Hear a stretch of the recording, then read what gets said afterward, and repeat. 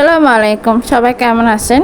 আজকে একটা নতুন রেসিপি নিয়ে আসলাম। এই যে পেঁয়াজ রসুন আর শুকনো মরিচগুলো ভেজে নিয়েছি সুন্দর করে। পেঁয়াজ রসুনগুলো লাল লাল করে ভাজা হচ্ছে। তো পেঁয়াজ রসুনে কি করা হবে আপনারা তো বুঝতে পারতেছেন, তাই না? তো আজকে সুন্দর একটা ইউনিক একটা রেসিপি, মানে ভর্তা রেসিপি তৈরি করব। তো এই তো এগুলো কি বলুন তো, এগুলো কি বুঝতে পারতেছেন? এগুলো হচ্ছে লাউয়ের বিচি। লাউয়ের বিচি এত সুন্দর একটা ভর্তা করা যায় তা কল্পনার বাইরে। লাউয়ের বিচি দিয়ে তো আমি অবাক হয়ে গেলাম। আমি তো ভাবতেই পারিনি লাউয়ের বিচি দিয়ে এত সুন্দর একটা ভর্তা করা হয়। আমি কখনো করিনি আর কখনো করাও দেখিনি, কারো আম্মুর কাছে প্রথম করা দেখলাম।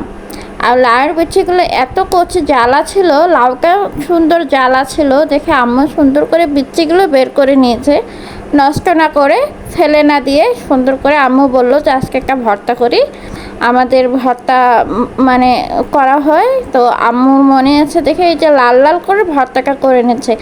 আসলে লাউ কোনোটাই ফেলা যায় না। লাউ তো খাওয়া যায়, কিন্তু লাউয়ের খোসা, লাউয়ের বিচি এগুলো কোনোটাই ফেলা যায় না। এগুলো কি বলুন তো? এগুলো হচ্ছে তিসি আমি আগে গুঁড়ো করে রেখে রেখেছিলাম। তিসি গুঁড়ো করে না রাখলে কিন্তু পরে সমস্যা হয় ভর্তা করতে। তাই তিসি কিন্তু অনেক গুণাগুণ রয়েছে বন্ধুরা। তিসি আগে গুঁড়ো করে নিয়ে তারপর এই তো ভেজে নিচ্ছি হালকা করে।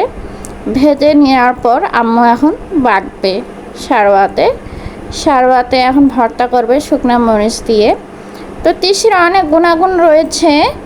নিয়মিত তিসির ভর্তা খেলে শরীরে কোলেস্টেরল ও রক্ত উচ্চচাপ কমে যায়।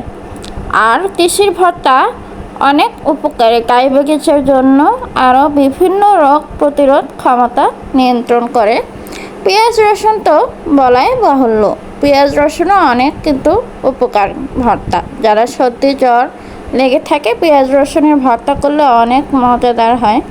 পেঁয়াজ রসুন আর লাউয়ের বিচি দিয়ে ভর্তাটা করেছে আর অনেক মজাদার হয়েছে। লাউয়ের বিচিও কিন্তু অনেক উপকারী। আপনারা যদি জানতে চান লাউয়ের বিচি কী উপকারী, তাহলে সরাসরি আপনারা ইউটিউবে সার্চ দিয়ে দেখতে পারেন। আমি যতটুকু সম্ভব আপনাদেরকে তুলে ধরতেছি, আপনাদের সাথে আপনাদের মানে ভিডিওতে জানার চেষ্টা করতেছি। তো এই তো তিসির গুঁড়োগুলো আম্মা সুন্দর করে দিয়ে দিচ্ছে। ভর্তাটা তো দেখলেন কেমন সুন্দর হয়েছে। তো এই তো এভাবে ভর্তাটা করেছে, লোভনীয় ভর্তা। দেখলেই মনে হয় খেতে ইচ্ছা করতেছে, চায় না? তা তো বুঝতে পারতেছি আপনাদের অনেক মানে খেতে ইচ্ছা করতেছে। লাল লাল শুকনো মরিচ দিয়ে করেছে, লাল লাল করে। কাঁচামরিচ ছিল না, কাঁচামরিচ দিয়ে করলে আরও ভালো হতো। তো শুকনো মরিচ দিয়ে এই ভর্তাটা করেছে আম্মু পুরোটাই তিসির গুঁড়া দিয়ে। তিসির গুঁড়ো কিন্তু অনেক উপকারী, আপনারা চাইলে বাসায় এভাবে গুঁড়ো করে রাখতে পারেন। আমি কিন্তু এর আগে আসলে মানে তিসির গুঁড়ো করে এরকম করে ভর্তা করে কখনো করে খাইনি। আর এই যে দেখুন অনেক সুন্দর লাগতেছে, লোভনীয়। জাস্ট খিচুড়ি দিয়ে খেতে অসম্ভব মজার, সাদা ভাত দিয়েও হয়তো মজার হবে। আমি খিচুড়ি দিয়ে খেয়ে দেখেছি, অনেক ভালো লেগেছিল।